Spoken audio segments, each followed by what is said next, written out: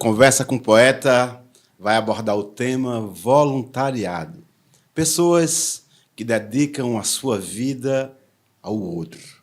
E nós temos o privilégio de receber em nossos estúdios Antônio da UOSC, que hoje é uma das mais importantes referências da Bahia de voluntariado.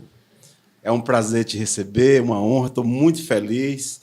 Já há muito tempo que estava tentando trazer você aqui, mas você com essa sua agenda super corrida, e agora deu certo. É um privilégio ter você conosco. Bem-vindo, Antônio. Boa tarde. O privilégio é todo meu, viu, Ivan? Realmente peço desculpa que há muito tempo você vem me convocando realmente para participar do seu programa aqui, mas muitas atribuições. Quem trabalha hoje no terceiro setor, sem muito recurso, sem muito amparo financeiro, ele se desdobra em 100, em 1000 para poder sobreviver, né? Para poder manter as suas atividades, manter a sua organização. E aí o tempo fica muito escasso, você não tem uma equipe administrativa que lhe dê um suporte, você não tem uma assessoria, né, para lhe dar um suporte. Você tem que estar em todos os encontros, todos os eventos, você tem que meter a mão no trabalho, no trabalho administrativo, em todas as ações da entidade. Mas eu me sinto muito honrado nesse momento e estou aqui à sua disposição.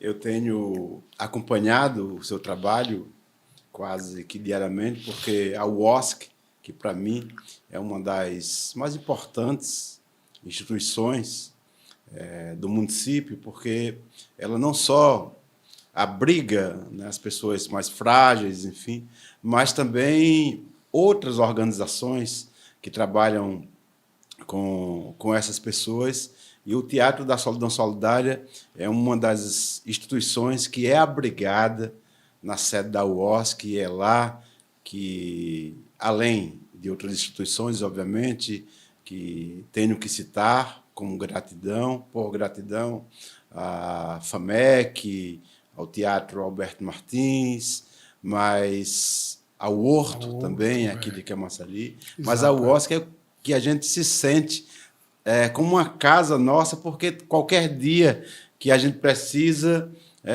você abre as portas. Então, trazer você aqui, além de um privilégio, né, porque a gente vai mostrar para a cidade, para a Bahia e para o Brasil esse trabalho fantástico que você desenvolve, mas também é uma forma de te agradecer por tudo que você faz por essas instituições aqui do município, inclusive a nossa.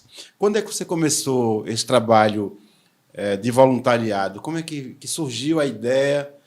Há quanto tempo você está nessa jornada, Antônio? Ivan, logo ao chegar em Camaçari, eu morava ao longo dos anos, passei a minha adolescência toda e parte da minha infância em Salvador. Quando cheguei a Camaçari, Camaçari era um lugar praticamente um esmo, pouco se tinha ali daqui no centro, algumas coisas, né? Não tinha bairro realmente, os novos que estavam chegando, organizado, né? Além de Camaçari de dentro, aqueles mais antigos, Alto da Cruz, aqueles bairros mais tradicionais. Os bairros que foram chegando, como os conjuntos habitacionais, como o da Gleba A, que foi o primeiro, depois da Gleba B, a Gleba B. Isso na década de 80. De 70, 70 Final de 70. Final de 70 foi. Foi entre o início de 70, porque a Gleba C, por exemplo, ela foi criada, instalada, o conjunto, em 29 de outubro de 1979. E ela foi o terceiro conjunto. Então, a Gleba A deve ter sido lá mais ou menos no início, logo. 70, depois veio a Gleba B. Com a construção do polo para atrair, exatamente, que era para atrair aqueles funcionários que moravam longe. Eles tinham um custo muito alto com a locomoção, além dos riscos que se corriam, né, naquela época. E aí eu vi nessa deixa realmente com a empresa, e as empresas deram incentivos aos funcionários para vir morar na época, e eu vim morar na Gleba C. E aí, na Gleba C, no Camaçari não tinha nada para quem sair, onde eu morava. Ali na Carlos Gomes, no Isabela, um lugar de movimento. Em Salvador. Com noite, na noitada e tudo. E chegar em Camaçari não ter nada, que não tinha nada, né? Alguns pontos assim ainda. Depois de muito tempo que veio. Então, para mim, eu ficava assim, tedioso, né? E aí surgiu com a Associação de Moradores do Bairro, que na época estava surgindo, em 82, E eles me chamaram para eu ver o que podia contribuir. Eu digo, mas eu não entendo nada, não sei nem para onde vai isso, como é. Eu trabalho na indústria, não tem nada a ver com iniciativa privada, nem conheço nada aqui. Entrei, ingressei. Então, pelo estímulo, parece que a gente tem uma missão na vida, Ivan. Você é o teatro, né? A sua vida é essa, artística, você tem essa coisa. A minha missão veio e eu entrei como suplente do Conselho Fiscal, que era o último cargo, não tinha mais cargo para me dar. Isso de uma associação? Uma associação de moradores. A Associação dos Moradores da Gleba C. Que na época foi fundada em dezembro de 1982. Quem era o presidente na época? Você lembra? Não, na época Carlos Silveira foi o primeiro presidente. Foi certo. Carlos Silveira, que foi o primeiro presidente. E tem um trabalho aqui fantástico também dessa questão. Foi. Depois veio o Ivo, veio alguns outros. Né?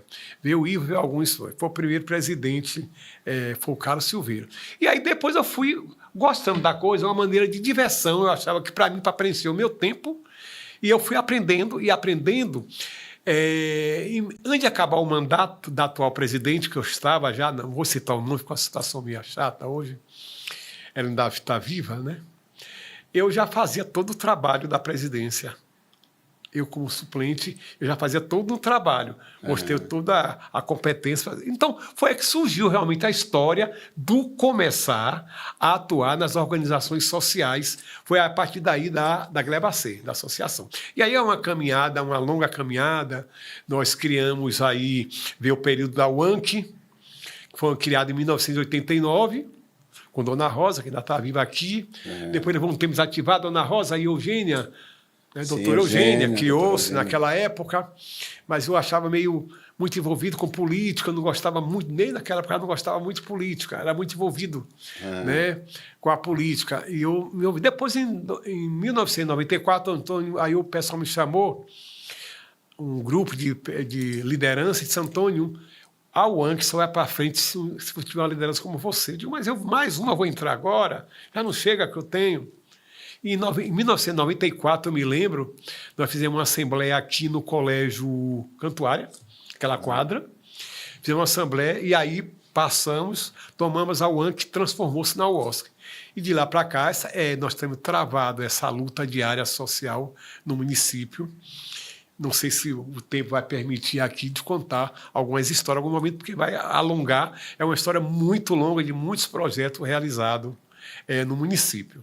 Não, você, quando eu pensei em trazer você aqui, porque é também uma prestação de contas ao município, porque as pessoas, às vezes, por exemplo, quem chega na Gleba C, que se depara com aquela sede gigante, né, com palco, com várias salas de aula e com toda uma estrutura, acha que ali caiu do céu, né? Acha que ali foi muito fácil, de um dia para o outro, enfim. E a UOSC, para mim, hoje talvez a mais importante referência de associação, de instituição do município. E você desenvolve um trabalho que eu acho que também é muito interessante nesse aspecto, que é de incluir a todos, né? Por exemplo, lá tem projetos para crianças, para jovens, adultos, idosos, né? Por exemplo, nós estamos agora montando um espetáculo, As Meninas da Pesada, que vai estrear agora em breve, que é com 35 pessoas e a sua maioria é idosa. Idosa, né? Exatamente. E que, quando a gente diz vai ter ensaio na UOSC, é uma felicidade geral, né? Então, a UOSC tem também esse viés de trabalhar com a população idosa, que tem um reconhecimento incrível aqui. Quais são os maiores desafios para desenvolver o seu trabalho, Antônio? Ivan, eu hoje acho as pessoas, a UOSC, como você acabou de citar, ela tem um trabalho diferenciado, não só aqui em Camaçari, como em toda a região metropolitana. Nós desenvolvemos, inclusive, sobre que Alagoinhas tem, alguns municípios tem mais ou menos, não sei se continua ainda fortalecido esse trabalho. que era através da União das Associações de Moradores. Alagoinhas tinha, não sei, outros O municípios. OSC significa União Das Organizações Sociais e Culturais de Camaçari. Ela tem um trabalho diferenciado, que ela trabalha com a questão do coletivo. Ela não pensa nela, ela pensa no desenvolvimento e no crescimento das demais organizações do município, seja ela cultural, ambiental, ou entretenimento, ou social. E tem um grande papel que é regularizar, né, institucionalmente essas organizações. Os grupos que são informais, ela tem um papel, ao longo dos anos, de formalizar. Hoje a prefeitura montou até um núcleo hoje de atendimento às entidades, que foi a menina para que é a Anelisa, que hoje trabalha lá. Que é uma fazendo o mesmo papel, além de você ser conhece. um artista, é uma grande profissional, né, profissional, que nasceu, né, lá. desse Foram trabalho. 15 anos que ela levou lá dentro, e hoje eu cedi ao município, né, para ela trabalhar como funcionária. E então ter esse referencial de agregar, de ajudar as pessoas a se organizarem para poder participar de editais, para poder captar recurso, né, buscar os apoios. Então, é um diferencial que você vai em vários municípios que não tem. Tem município que tem organizações sociais ou culturais grandes, são grandes empreendimentos sociais, mas cada um só pensando em si, não vai pensar que vou ajudar o outro. Não pensa na questão da sustentabilidade. O OSC sempre pensou na sustentabilidade de todas as organizações. Aí você me pergunta a dificuldade que eu enfrento, que nós enfrentamos hoje.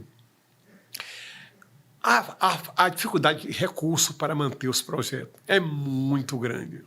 Porque não sejamos hipócritas. Nós vivemos num país capitalista onde tudo depende do dinheiro. Tudo, 100%, depende do dinheiro, menos da nossa paz, né? A nossa tranquilidade e a nossa saúde também. Mas o dinheiro também resolve muita coisa com a saúde, você sabe que resolve.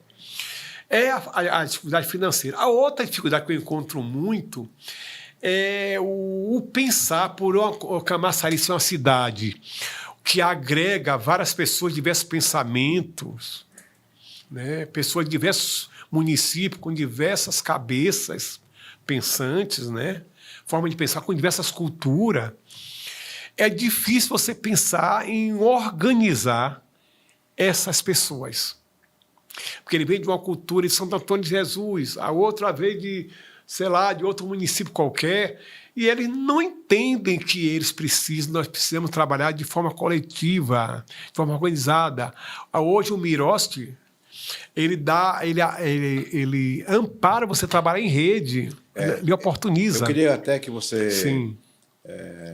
Falasse um pouco sobre o Mirosk, Sim. porque algumas pessoas que estão nos assistindo talvez não saibam o que é. Certo, E isso é super importante que você aborde.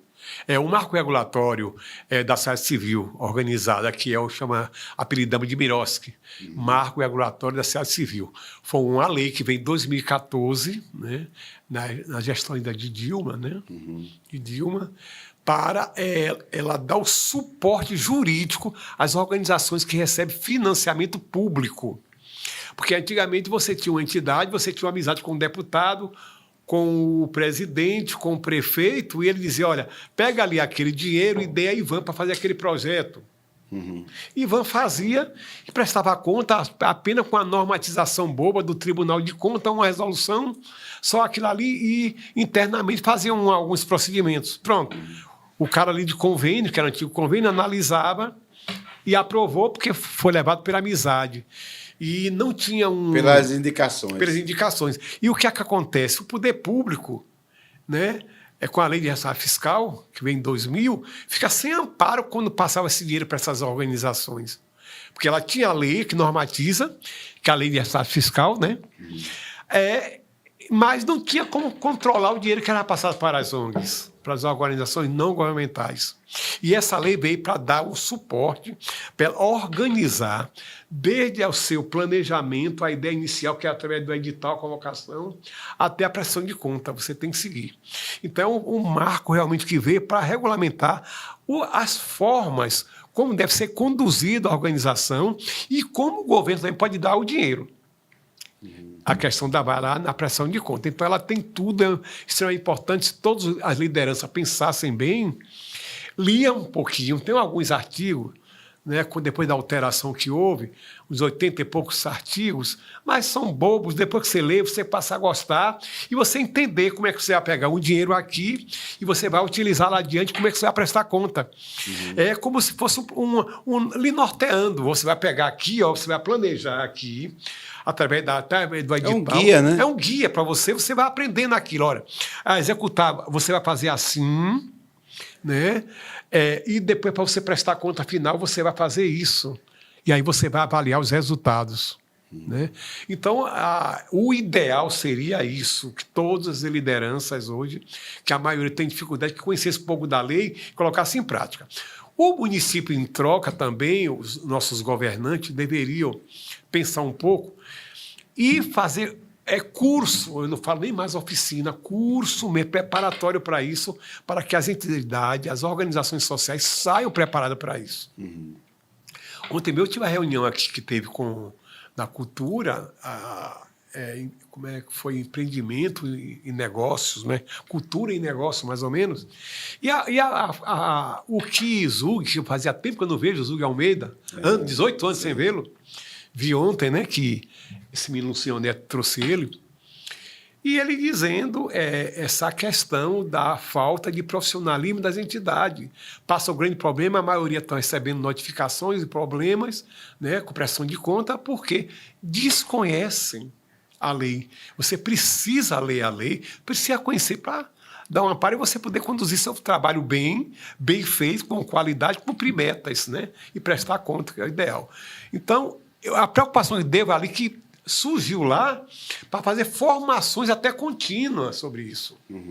Porque é muito fácil você criticar o líder comunitário que chegou lá, fez um projeto, ou um líder cultural, mas ele não prestou conta direito, ele não soube como pegar o dinheiro, como eu vi durante a questão da pandemia, as pessoas aqui rindo dos líderes das pessoas. As pessoas não tinham nem conhecimento como proceder, como fazer a prestação de conta. Ele tinha que ter um treinamento antes de pegar o dinheiro. Sai o edital, treinamento para explicar o edital para todo mundo. Não custa nada você pegar e fazer uma leitura do edital para essas pessoas.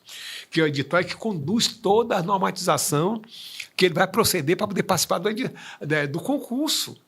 Então, ele teria que ter pessoas ali explicando. Não fazem. Depois da execução, foi contemplado, tinha que ter a própria secretaria da qual foi elaborou o edital para explicar, olha, você vai fazer isso, a lei, o Mirox está aqui, você vai conduzir isso assim, que lá adiante você pode ser prejudicado. Trabalho é uma capacitação contínua. Ontem ele explicou isso lá. Capacitar para as pessoas conhecerem. Porque, queira ou não, na área cultural, por exemplo, é novo para todo mundo, tudo é novo. O Miroski, pouca gente conhece. Não, e aí você pega esses grupos de samba de roda, por exemplo, né? Os grupos de cultura popular, Sim. Que às vezes os mestres, inclusive, alguns com a sabedoria extraordinária que não sabem ler, né? Que é um outro jeito de ser mestre, um outro jeito de adquirir, né, conhecimento e de compartilhar, que não perpassa pela escola formal, enfim, mas que, quando se depara com esses editais, não consegue fazer. Não consegue, né? se assombram. Se assombram. É um bicho-papão para todo mundo. Para quem não serve preparado, quando acha que não tem. Então, hoje, por exemplo, saíram os editais hoje, como o Estado saiu, 20 e tantos editais, que maravilha. Agora, esses editais foi destinado para quem?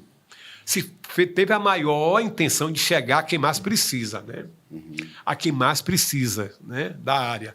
Mas esses que mais precisam são as pessoas consideradas ignorantes, que desconhecem. Eles desconhecem a formatação toda, eles não sabem nem interpretar um edital. Agora me diz uma coisa, você chegou em casa agora, recebe a notícia que você tem em caixa 10 milhões de reais para o UOSC. Qual seria o projeto, qual seria o sonho que você iria realizar tendo esse investimento? Esse investimento, primeiro, eu penso muito, há alguns anos atrás, eu pegava o dinheiro, qualquer dinheiro que entrasse, e investia diretamente em qualquer projeto, qualquer atividade, vamos fazer a coisa acontecer. Fiz muita loucura, eu já fiz muita loucura. É Né? porque A necessária até mais. Não, na realidade, não é loucura. Eu sempre digo, porque eu tenho entrevistado aqui várias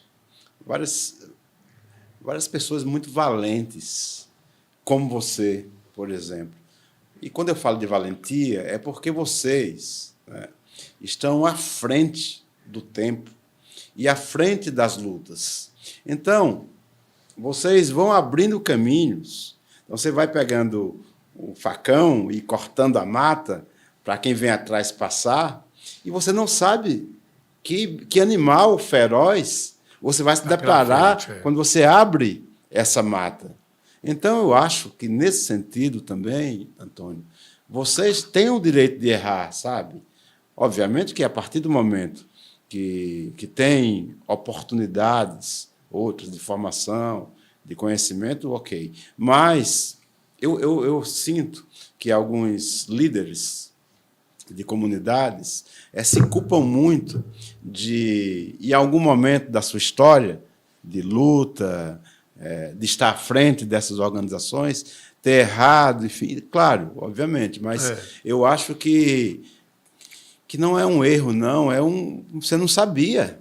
Né? É como você fala, porque algumas coisas a gente vai fazendo e é tão burocrático que a gente não sabe como fazer. E essa vontade de fazer e a necessidade de fazer, porque aquele que é frágil, a pessoa fragilizada, pessoas, por exemplo, com esse problema de drogas, por exemplo, da fome, né? Do frio, da moradia, é tão urgente que, às vezes, você não tem tempo. Eu só vou fazer depois que aprender. Enquanto isso, a pessoa morre. Então, eu acho, não sei se eu estou certo, mas é também isso, sabe? Não eu fiz muita loucura, às vezes a gente faz mesmo, né? Mas, às vezes, é pela vontade mesmo de fazer e ver a coisa acontecer.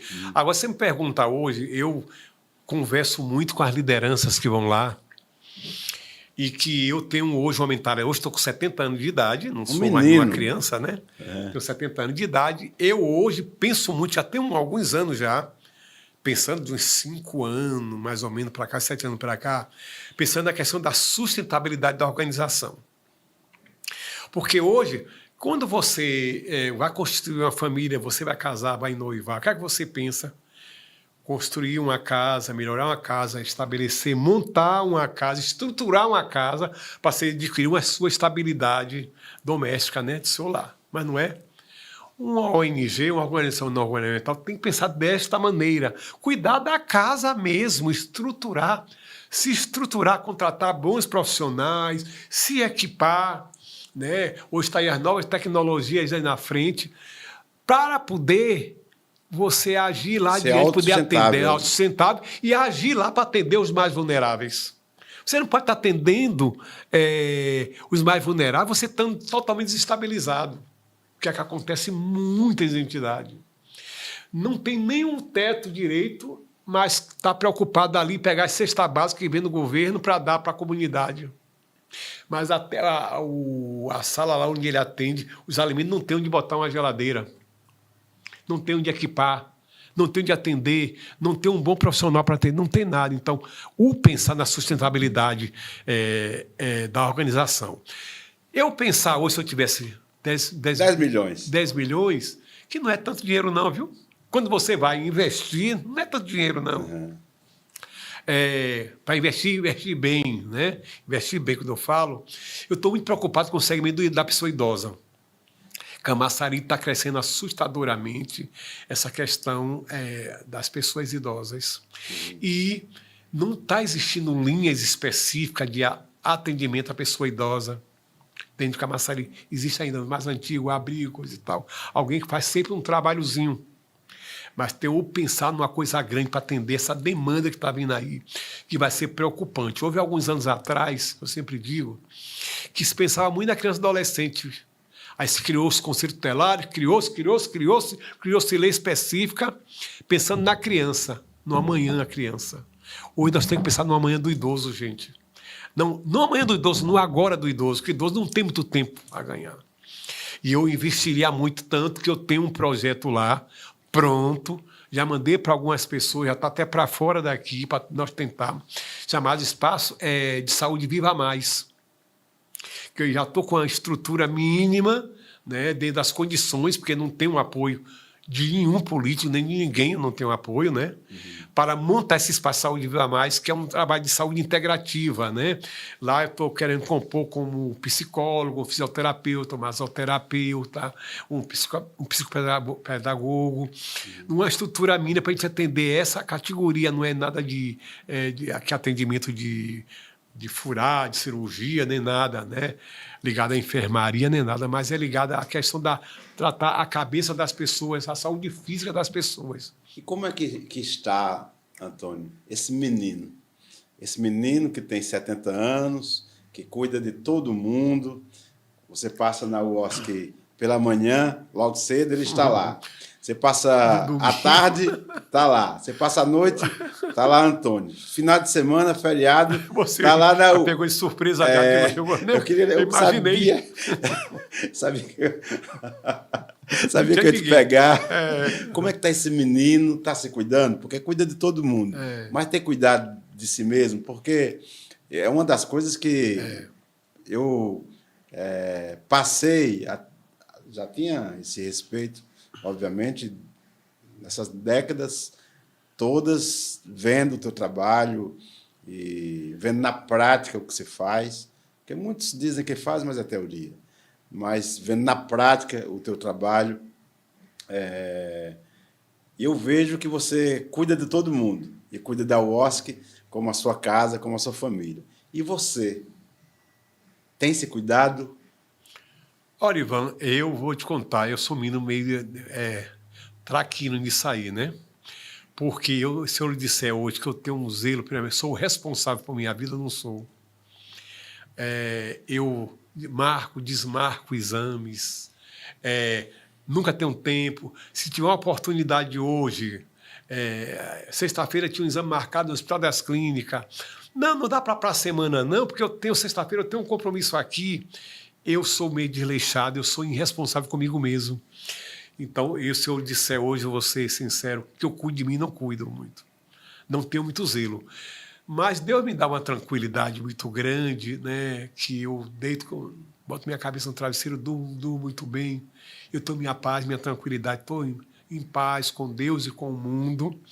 Talvez isso também me ajuda muito, né? Eu não tenho para mim negócio de estresse. Olha que eu enfrento problema diário, cotidiano, de dificuldade de pessoas. Eu digo, meu Deus, o que é isso?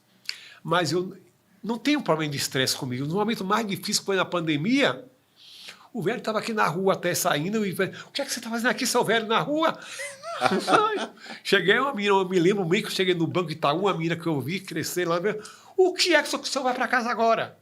Eu estava lá no banco fazendo as coisas, nunca cheguei a parar por causa de pandemia, nem nada. E é um ato até irresponsável, eu me lembro disso, mas eu sou tão traquino que eu não me continha, eu tinha que fazer tudo no normal, mesmo no período da plena doença. Então, eu preciso pensar um pouquinho, mas eu acho... Eu queria fazer um apelo à cidade, ao município, a Camaçari, que a gente tanto ama, e que é tanto amado por Antônio, que me ajudasse nessa campanha. Antônio, cuide de você, porque eu não tenho conseguido. Eu tenho pegado no pé dele todos os dias. Eu dou aula de inglês lá na UOSC, como voluntário, e também aula de teatro. E sempre que eu estou lá, que ele está, eu pego no pé dele. Antônio, você tem que se cuidar, vamos você tem viajar, que se cuidar. Vamos passear, tem que viajar, tem que namorar, tem que... Mas a UOSC, Ivan, para mim, ela é a sua amada. Um vício. Ali, para mim, hoje é uma missão vício. Eu fico olhando, para mim é um vício aquilo ali. A minha família também reclama muito, fala muito ali do lado, com uma casa na praia, uma casa grande, tem uma casa no céu, e eu não vou para os lugares. Viajar? Não viajo, praticamente não viajo. É um sacrifício para me tirar de casa. E quando viaja é trabalho. É, trabalho. Muito pouco, vou lá, daqui a pouco estou querendo voltar. Mas essa coisa meio da pessoa mesmo, que já vem com aquela missão horrível, que para você mudar, e vai ficando velho, vai ficando pior, mais teimoso ainda. Ninguém tira, não. Mas olha uma coisa que eu vou dizer, eu queria que todos os líderes comunitários de Camaçari, eu convoco a dizer, tivessem o amor por que faz. Porque quando você faz aquilo que você gosta, você não se sente cansado, você não se sente estressado. Eu, por exemplo, não gosto, não me sinto estressado. Eu me sinto muito bem. Eu preciso cuidar da minha saúde, claro, que é outra coisa, né? Mas eu sinto prazer naquilo que eu faço. Eu acho que seja qualquer trabalho, seja na empresa, seja um órgão público, seja você enquanto gestor de uma ONG, se você faz o que você gosta, tudo bem. Agora, quando você faz por interesse, por má vontade, principalmente por interesse, né? Como tem muito, e a coisa não dá certo para você, você se afasta. Por quê? Eu conheço muitas lideranças hoje no município de Camaçari, que começou como líder, brigando com todo mundo, brigando com o governo tal, e brigando e falando acontecendo. E a associação dele estava lá. No dia que o vereador chegou lá e botou ele na Câmara ou na Prefeitura, ele acabou a liderança. Ele está morto, ele não era um líder. Ele não era um verdadeiro líder. Ele não veio ao mundo para isso. Ele é um aproveitador ou uma aproveitadora. E Camaçari, eu faço uma crítica. Muitos hoje, muitos até, quando eu digo morreram, se afastaram, porque viram, explorou tantos políticos, explorou tanto que até tão visados se afastaram. Mas ainda tem muita gente ainda se dizendo líder, tomando associação de morador, brigando para benefício próprio. E isso aí não vai para frente, isso aí não avança. E outra coisa, as pessoas que entram só precisando do egoísmo, entrando, querendo destruir, pisar nos outros. Como nós temos um exemplo em Camaçari hoje de pessoas que começou pela Oscar, a gente deu a mão, naquele momento que você está mais difícil, estamos aqui, ó. Hoje está querendo prejudicar a quantidade de mãe que cuidou. Né? Não é justo. Então, essa pessoa não vai a nada. Um dia, Deus está lá, está vendo tudo, vai castigá-la. Essa pessoa não vai levar, entendeu? E como tem muitos líderes aí que ficam se aproveitando só para galgar emprego na prefeitura e benefício. E esse não vai para lugar nenhum. Hoje eu digo que não usei a UOSP para política, já fui trabalhei pela Câmara só, nem foi prefeitura, pela Câmara, só o único emprego que eu tive. Na Câmara, mas eu nunca usei a UOSP. Você hoje é aposentado? Hoje sou aposentado, tenho 14 anos aposentado. Né? Eu só trabalhei na Câmara uma vez só, depois foi uma vez só. Aos 70 anos, Antônio, qual o aprendizado? O que é que muda? Porque a gente é jovem, a gente tem um ímpeto, né? Tem que fazer tudo agora, enfim. O que é que muda aos 70 anos? Muda que hoje eu vejo as coisas mais... Uma coisa, não sei nem como explicar, mais purificada para mim, pessoa. Hoje eu sei analisar quem é Ivan, o que Ivan pode me proporcionar, pode proporcionar a ONG, na organização, o que é o Ivan, eu posso parar um pouco para analisar. Antigamente era tudo pelo ímpeto. Hoje estou mais plantado. Hoje as coisas não me aborrecem mais. O mau caratismo, por exemplo, eu tive muita gente mau caráter na minha vida, na entidade, muita gente mau caráter. Hoje eu perdoo, eu nem desamo e nem amo. Eu só procuro entender mais as pessoas. Né? Hoje eu estou com a cabeça mais preparada para o mundo que esse mundo hoje está tão desgastado, muito de egoísmo, pessoas egoístas, só pensando em si. Entendeu? Hoje eu paro e analiso melhor as coisas. Eu tenho experiência muito. Eu ouço sempre de algumas pessoas, principalmente quem trabalha como você trabalha, com comunidades, com associações, com ONGs, enfim, né? E esse reclame, né, do egoísmo das pessoas, né, enfim. Mas eu tenho falado aqui no Conversa com Poeta, sempre que posso, com algumas pessoas, sobre isso, e as minhas falas vão na contramão do que as pessoas pensam. Porque eu acho que o mundo é tudo isso que você fala, né? De muito egoísmo, as guerras agora que a gente está vendo aí, né? Crianças sendo assassinadas, né? Nessas guerras, e nas cidades, enfim, inclusive no Brasil, muita violência, muito desamor. Mas eu tenho uma esperança tão grande, Antônio, porque eu tenho viajado o mundo inteiro e eu sempre passo uma parte do meu tempo, da minha agenda aqui no Brasil e outra parte fora, enfim, e sempre participando de encontros de comunidades, de mestres, né, festivais de cultura da paz, enfim. E eu tenho encontrado assim gente tão bacana, uma juventude invisível, uma multidão de invisíveis que estão fazendo coisas extraordinárias pelo planeta. O grande problema é que pessoas como você, como essas que eu estou citando, que distribuem amor, fraternidade, esperança, elas não aparecem. O que aparece mais, principalmente nessa mídia, parte da mídia tão cruel, é a violência, né? São pessoas que matam, pessoas que roubam, que estupram, enfim. Então, às vezes você liga a televisão pela manhã, passa um assassinato, à tarde é o mesmo, à noite é o mesmo. Se não matar outra pessoa, reprisam. Não é? Então, você tem sempre a ideia de que o mundo é esse mundo cruel, esse mundo... Não, ele é também de crueldade, mas ele é, sobretudo, de amor. Ele é, sobretudo, dos Antônios, da UOSC. Ele é, sobretudo, dessa galerinha invisível que faz muito pelo planeta. Então, Antônio, eu acho que as pessoas, sobretudo as invisíveis, né, estão fazendo coisas lindas no planeta, estão dizendo todos os dias eu te amo, pode contar comigo.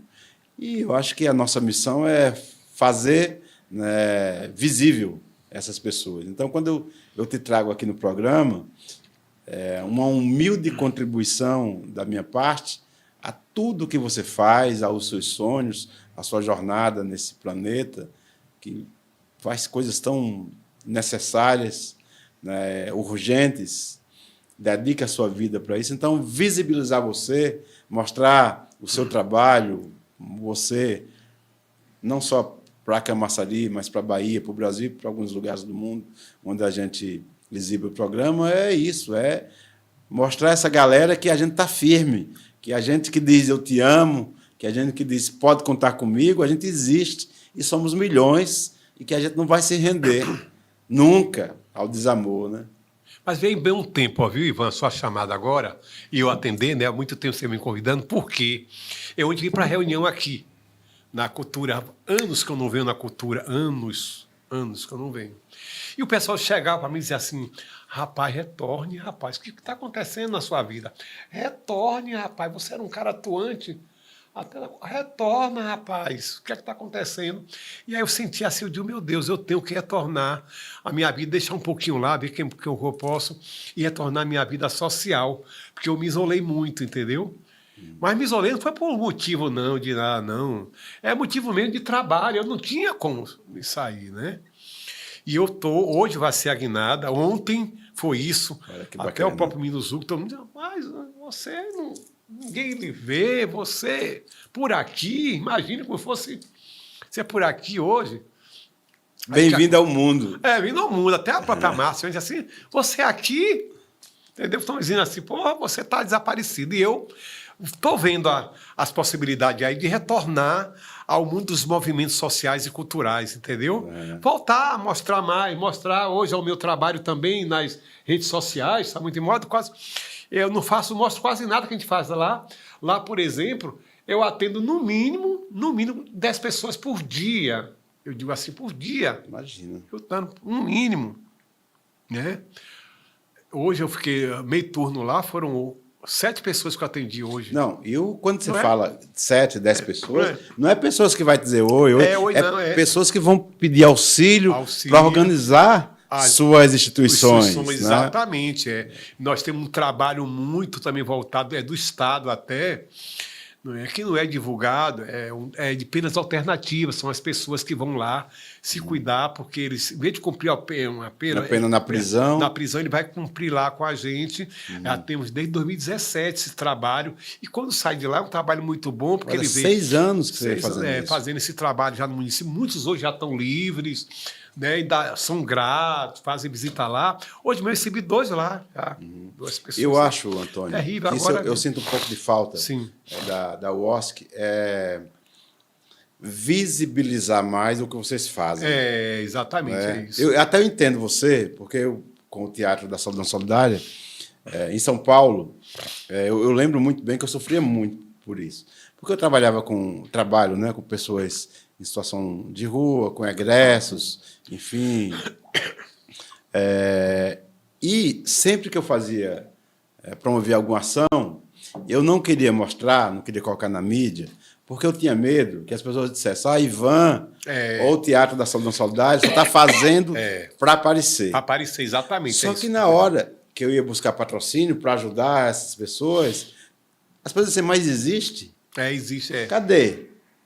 Então, hoje eu não me importo mais com isso.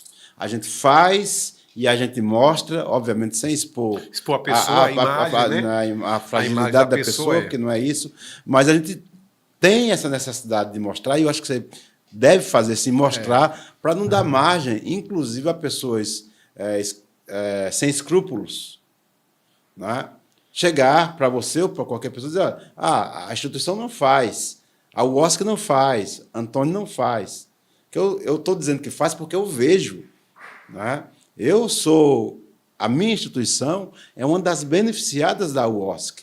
Né? O Teatro da Solidão Solidária, estamos estreando um espetáculo agora, daqui a uma semana, e a gente ensaia lá. Tem um núcleo lá. Né? Temos um núcleo na UOSC, então nós somos beneficiados por vocês. Mas tem que mostrar. Né? Porque eu tenho a humildade de agradecer em público, mas tem muita gente que usa e não tem. Então, tem que falar. Então, é isso, Antônio. Eu estou muito feliz de você ter vindo, conseguir tirar esse homem da toca. Estou muito honrado aqui com sua presença. Você, para mim, é um dos faróis, é uma das referências dessa cidade. Queria falar isso em público para você. E deixar agora você com as palavras. Como é que faz para a empresa que quiser ajudar as pessoas, a comunidade, como é que faz? Tem um telefone de contato, como é que faz para encontrar o Oscar? Olhe bem, hoje a nível de Camaçari, a gente não bota muito as nossas atividades, uma coisa, é um erro muito grande nas redes sociais, nos nossos trabalhos, né? É um trabalho mais fechado. A gente talvez não precisa nem tanto a nível local aqui divulgar o que é o Oscar hoje. A Oscar hoje é uma referência no município. Mas a gente não tem esses apoios nem do poder público e nem das empresas. Né? O poder público eu vou em frente porque a maioria das lideranças acha que o poder público tem a obrigação de cuidar e de zelar pela associação de moradores ou pelo... Não. O poder público ele tem a obrigação de criar mecanismo incentivo para que a entidade desenvolva junto com o poder público aquela ação, aquela atividade. Essa é a parceria. Não é manter a Oscar. O poder público nenhum tem uma obrigação de manter a Oscar. Nem reforma, nem investir, nem nada. Não tem obrigação. Agora, o poder público tem a obrigação de lançar editais, colocar dinheiro nos fundos, que não colocam dinheiro no fundo, para desenvolver ações, para ele desenvolver o papel de políticas públicas via a ONG e o governo. Ele não tem obrigação. E a iniciativa privada, muitas vezes, falta oportunidade, estratégia, realmente, né? De as pessoas conseguir alguém que diga lá, porque é a realidade. Se você só chega numa empresa lá, você tem um conhecimento com o diretor, com o superintendente, com alguém. Não me venha com a hipocrisia que a empresa viu lá um trabalho bom, eu vou lá ajudar porque é um trabalho bonzinho. Não. Houve uma indicação. Hoje tem as redes sociais, né, que publiciza. Até aí tudo bem. Mas dificilmente uma empresa vai lá ajudar uma ONG só porque ela viu nas redes sociais, que é boazinha. Tem geralmente a ingerência de alguém. Ou alguém do poder público, ou uma amizade com um diretor, superintendente. Então, falta para a gente ainda ter pessoas articuladas, estratégicas, que a gente possa captar alguns apoios. E falta também muito para a gente pessoas capacitadas, como eu tinha conversado com você, na parte de elaboração de projetos, foi discutido ontem também. Tem pessoas, as lideranças, as entidades hoje não sabem fazer um portfólio. Não sabe, a maioria não sabe fazer um portfólio. Surgiu até a ideia ontem de fazer uma formação, trazer um profissional, que eu até gostei, para ensinar a fazer portfólio. Que hoje tudo está pedindo portfólio. É a história, é a vida da instituição. O que é que as pessoas fazem? Para fazer. Não tem pessoas para elaborar projetos, não tem bons projetos. E a maioria das entidades não tem dinheiro para pagar. E não tem dinheiro para pagar, não tem as pessoas que colaboram. É aquilo que eu falei nesse instante, eu volto a repetir. Existe muita gente hipócrita, infelizmente, no nosso município. Não quer trabalhar o coletivo, não quer ajudar o outro, não. Quer pensar no eu. Se eu adquirir aquele conhecimento, eu vou fazer coisa para me superar, para melhorar a minha vida. O outro, depois eu vou arregar e olhe lá, entendeu? Então tem muito egoísmo aqui dentro, entendeu? Então a gente tem dificuldade, precisa para ter bons projetos, porque tem bons elaboradores de projetos. Você viu agora no Estado, a gente vai ver agora no município, ver também os editais da União, como é altamente complexo. Você não pode largar a sua entidade, você fazer o trabalho cotidiano, você sobreviver do seu trabalho e você parar para fazer projeto. Não adianta, você tem que ter pessoas específicas só para trabalhar com o projeto. Você não pode fazer. Parar, faz um pedacinho aqui agora, outro pedacinho amanhã, outro depois de amanhã, pronto, passou o prazo, passou tudo. E não faz um trabalho com qualidade. Entendi. Então, falta um bom captador de recursos para a gente, falta um bom elaborador de projeto. E esse captador, quando eu falo estratégia, tendo um bom captador de recursos, ele tem estratégia para poder captar. Eu acho que aí isso a gente profissionaliza melhor e a gente se desenvolve melhor a organização. Então, eu acho que isso é que falta para a gente conseguir galgar, até chegar nessas empresas e dizer, olha, a gente está aqui, a gente precisa, tem a demanda, vamos ver se o senhor ajuda isso aqui, tem essa demanda aqui, bora ver aqui. Empresas de Camaçari, da Bahia, o OSC, uma instituição séria, uma instituição que faz há décadas. Conversa com o Poeta se finda aqui nessa tarde, depois de ouvir essa referência da nossa cidade, que foi um grande privilégio para todos nós. Um beijo para todos vocês, até a próxima semana.